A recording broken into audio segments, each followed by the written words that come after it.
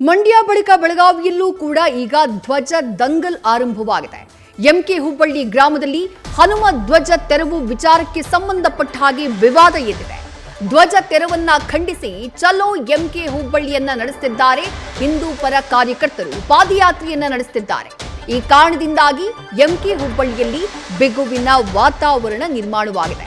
ಮಂಡ್ಯದ ಕೆರಗೋಡು ಗ್ರಾಮದಲ್ಲಿ ಶುರುವಾದಂತಹ ಧ್ವಜ ದಂಗಲ್ ಈಗ ಬೆಳಗಾವಿಯಲ್ಲಿ ಕೂಡ ಶುರುವಾಗಿರೋದು. ಎಂಕೆ ಹುಬ್ಬಳ್ಳಿ ಗ್ರಾಮದಲ್ಲಿ ಬಿಗುವಿನ ವಾತಾವರಣ ನಿರ್ಮಾಣವಾಗಿದೆ. ಎಗೈನ್ ಕಾರಣ ಒಂದೇ, ಹನುಮ ಧ್ವಜವನ್ನ ತೆರವು ಮಾಡಿದಂತಹ ಕಾರಣಕ್ಕಾಗಿ ಆಕ್ರೋಶ ವ್ಯಕ್ತವಾಗಿದೆ.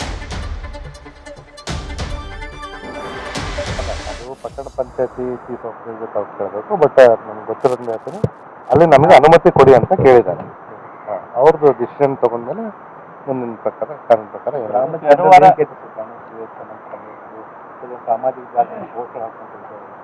ಇಷ್ಟೆಲ್ಲ ಸಮಸ್ಯೆಗೆ ಮೂಲ ಕಾರಣ ಈ ಸಾಮಾಜಿಕ ಪೋಸ್ಟ್ಗಳು. ಓಕೆ, ಇಲ್ಲಿ ಈ ಗ್ರಾಮದಲ್ಲಿ ಸಾಮಾನ್ಯವಾಗಿ ಶಾಂತಿಯುತವಾಗಿರೋ ಗ್ರಾಮ. ಇಲ್ಲಿ ಮುಸ್ಲಿಮ್ಸು ಹಿಂದೂಗಳು ಸಾಕಷ್ಟು ಸಂಖ್ಯೆಯಲ್ಲಿದ್ದರೂ ಕೂಡ ಯಾವುದೇ ಘಟನೆಗಳು ಇಲ್ಲಿ ಆಗಿರ್ತಕ್ಕಂಥದ್ದು ಕಂಡಿಲ್ಲ. ಬಟ್ ಸಮಸ್ಯೆ ಆಗ್ತಾ ಇರೋದೇ ಈ ಸಾಮಾಜಿಕ ಜಾಲತಾಣಗಳಲ್ಲಿ ಅನಾವಶ್ಯಕವಾಗಿ ಈ ವಿಚಾರ ಬಗ್ಗೆ ಪ್ರಸ್ತಾಪ ಮಾಡೋದಿಲ್ಲ. ಸೊ ಈ ಮುಂಚೆ ಕೂಡ ನಾವು ಹಲವಾರು ಸಂದರ್ಭದಲ್ಲಿ ಹೇಳಿದ್ದೀವಿ, ಸಾಮಾಜಿಕ ಜಾಲತಾಣ ಯೂಸ್ ಮಾಡೋಕ್ಕಾದ್ರೆ ಒಂದು ರೆಸ್ಪಾನ್ಸಿಬಿಲಿಟಿ ಇರಬೇಕು ಅಂತ ಹೇಳಿ. ಆ ರೆಸ್ಪಾನ್ಸಿಬಿಲಿಟಿ ಕೆಲವೊಂದಿಷ್ಟು ಜನ, ಅದರಲ್ಲೂ ವಿಶೇಷವಾಗಿ ಯುವಕರಿಗೆ ಅದರ ರೆಸ್ಪಾನ್ಸಿಬಿಲಿಟಿ ಇಲ್ಲ.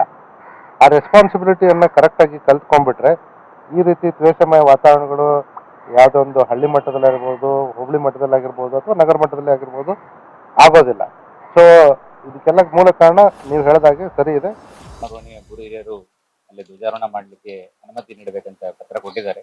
ಅದನ್ನ ಕಾನೂನು ಪ್ರಕಾರ ಪರಿಶೀಲನೆ ಮಾಡಿ ಅದನ್ನ ಪತ್ರವನ್ನ ಕೊಡ್ತಾರೆ. ಇದು ಧಾರ್ಮಿಕ ವಿಚಾರ ಆಗಿರೋದ್ರಿಂದ ಅಲ್ಲಿ ಮೊದಲಿಂದನೂ ಕೂಡ ಗುಡಿ ಇದೆ. ಈಗ ಗುಡಿ ನಿರ್ಮಾಣ ಆಗ್ತಾ ಇದೆ. ಅಲ್ಲಿ ಅದು ಮುಂದೆ ಧ್ವಜ ಸ್ತಂಭದ ಮುಂದೆ ಹಿಂದ್ಗಡೆ ದ್ವೀಪ ಸ್ತಂಭ ಒಂದಿದೆ. ಅವರು ಈಗ ಅಲ್ಲಿ ಮಾಡ್ಬೇಕಂತಾರೆ. ಅದು ಈಗ ಸಾರ್ವಜನಿಕ ಪ್ರದೇಶ ವ್ಯಾಪ್ತಿಗೆ ಬರ್ತಾ ಇದೆ. ಅದಕ್ಕೆ ಅದನ್ನ ಕಾನೂನು ಪ್ರಕಾರ ಕ್ರಮ ವಹಿಸ್ತಾರೆ.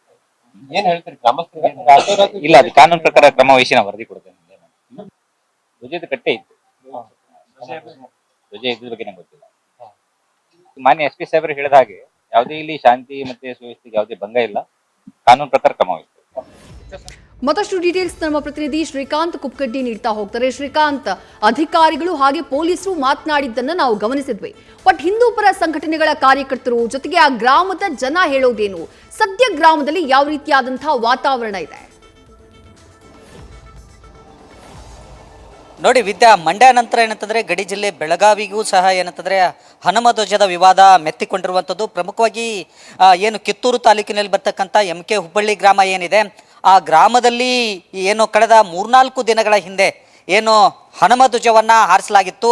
ಆ ಧ್ವಜವನ್ನು ಪೊಲೀಸರು ಜೊತೆಗೆ ಅಲ್ಲಿರ್ತಕ್ಕಂಥ ಪಟ್ಟಣ ಪಂಚಾಯಿತಿ ಅಧಿಕಾರಿಗಳು ಮಧ್ಯಸ್ಥಿಕೆಯಲ್ಲಿ ಅದನ್ನು ತೆರವುಗೊಳಿಸಿರುವಂಥದ್ದು. ಹಾಗಾಗಿ ಸಹಜವಾಗಿ ಆ ಏನು ತೆರವುಗೊಳಿಸಿರುವಂಥ ಹನುಮ ಧ್ವಜ ಏನಿದೆ ಅದನ್ನು ಅಲ್ಲೇ ಪ್ರತಿಷ್ಠಾಪನೆ ಮಾಡಬೇಕು ಅನ್ನೋ ನಿಟ್ಟಿನಲ್ಲಿ ಈಗ ಕನ್ನಡ ಪರ ಏನು ಅದರಲ್ಲೂ ಹಿಂದೂ ಪರ ಸಂಘಟನೆ ಕಾರ್ಯಕರ್ತರು ಹಾಗೆಯೇ BJP ಕಾರ್ಯಕರ್ತರು ಇವತ್ತು ಏನಂತಂದರೆ ಅಲ್ಲಿ ಒಂದಿಷ್ಟು ಪ್ರತಿಭಟನೆಯನ್ನು ನಡೆಸಿದರು.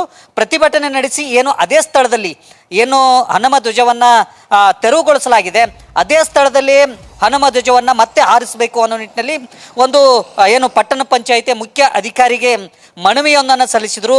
ಯಾವ ಸ್ಥಳದಲ್ಲಿ ಅದನ್ನು ತೆರವುಗೊಳಿಸಲಾಗಿತ್ತು ಅದನ್ನೇ ಅಲ್ಲೇ ಏನಂತಂದರೆ ಇದನ್ನು ಹಾಕಬೇಕು ಅನ್ನೋ ಒಂದು ಒತ್ತಾಯವನ್ನು ಮಾಡಿದರು. ಇಂಥ ಸಂದರ್ಭದಲ್ಲಿ ಕಳೆದ ಇನ್ನೂ 1 ದಿನಗಳ ಕಾಲ ಅವಕಾಶವನ್ನು ನೀಡಿ ನಾನು ಅದರ ಬಗ್ಗೆ ಹಿರಿಯ ಅಧಿಕಾರಿಗಳ ಜೊತೆ ಮಾತನಾಡಿ ಅದನ್ನು ಸರಿಪಡಿಸ್ತೀನಿ ಅನ್ನೋ ಮಾತನ್ನು ಹೇಳಿದರು. ಇದಾದ ನಂತರ ಏನಂತಂದರೆ SP ಸಹ ಭೀಮಾಶಂಕರ್ ಗುಡೇದೇನಿದ್ದಾರೆ ಅವರು ಸಹ ಏನಂತಂದರೆ ಗ್ರಾಮಕ್ಕೆ ಭೇಟಿ ನೀಡಿ ಅಲ್ಲಿ ಏನು ವಿವಾದ ಸೃಷ್ಟಿಯಾಗಿದೆ ಆ ಒಂದು ಜಾಗವನ್ನು ಪರಿಶೀಲನೆ ನಡೆಸಿ ಅದಾದ ನಂತರ ಯಾವ ರೀತಿ ಬಂದೋಬಸ್ತನ್ನು ಕೈಗೊಳ್ಳಲಾಗಿದೆ ಮತ್ತು ವಿವಾದಿತ ಸ್ಥಳ ಏನಿದೆ ಅಲ್ಲಿ ಭೇಟಿ ಮಾಡಿ ಪರಿಶೀಲನೆಯನ್ನು ನಡೆಸಿದರು. ಅದಾದ ನಂತರ ಮಾಧ್ಯಮಗಳಿಗೆ ಹೇಳಿಕೆಯನ್ನು ಏನು ನೀಡಿದರು ಅಂತಂದರೆ ಏನು ಈಗಾಗಲೇ ಧ್ವಜವನ್ನು ತೆರವುಗೊಳಿಸಲಾಗಿದೆ, ಅದಕ್ಕೆ ಸಂಬಂಧಪಟ್ಟಂತೆ ನಾವು ಗ್ರಾಮದಲ್ಲಿ ಒಂದು ಬಂದೋಬಸ್ತನ್ನು ನಿಯೋಜನೆ ಮಾಡಿದ್ದೀವಿ. ಜೊತೆಗೆ ಯಾರ್ಯಾರು ಈ ಸಾಮಾಜಿಕ ಜಾಲತಾಣ ಏನಿದೆ ಅದರಲ್ಲಿ ಪೋಸ್ಟರ್ಗಳನ್ನು ಹಾಕ್ತಾ ಇದ್ದಾರೆ ಅವರ ಮೇಲೂ ಸಹ ಒಂದು ಕಣ್ಗಾವಲನ್ನು ಇಟ್ಟಿದ್ದೀವಿ. ಜೊತೆಗೆ ಹೊರಗಿನವರು ಗ್ರಾಮಕ್ಕೆ ಬಂದು ಯಾವುದೇ ರೀತಿ ಶಾಂತಿ ಸುವ್ಯವಸ್ಥೆಯನ್ನು ಕದಡಬಾರದು ಅನ್ನೋ ನಿಟ್ಟಿನಲ್ಲಿ ಅವ್ರ ಮೇಲೂ ಸಹ ನಾವು ನಿಗಾವನ್ನು ವಹಿಸಿದ್ದೀವಿ. ಜೊತೆಗೆ 200ಕ್ಕೂ ಅಧಿಕ ಪೊಲೀಸರನ್ನ ಗ್ರಾಮದಲ್ಲಿ ನಿಯೋಜನೆ ಮಾಡಿದ್ದೀವಿ ಅನ್ನೋ ಒಂದು ಮಾಹಿತಿಯನ್ನು ನೀಡಿರುವುದು. ಒಟ್ಟಾರೆ ಏನಂತಂದ್ರೆ ಗ್ರಾಮದಲ್ಲಿ ಸದ್ಯ ಪರಿಸ್ಥಿತಿ ಬಿಗುವಿನಿಂದ ಕೂಡಿದೆ. ಆದರೂ ಸಹ ಏನಂತಂದ್ರೆ ಹೆಚ್ಚಿನ ಪೊಲೀಸ್ ಬಂದೋಬಸ್ತನ್ನ ಗ್ರಾಮದ ಆಯಾ ಕಟ್ಟಿನ ಸ್ಥಳಗಳಲ್ಲಿ ಮಾಡಿರುವಂಥದ್ದು. ವಿದ್ಯಾ, ಥ್ಯಾಂಕ್ ಯು ಶ್ರೀಕಾಂತ್. ತಮ್ಮೆಲ್ಲ ಡೀಟೇಲ್ಸ್ಗೆ. ನ್ಯೂಸ್ ಫಸ್ಟ್ ನಿರ್ಭೀತಿಯಿಂದ ನಿಮ್ಮ ಪರವಾಗಿ.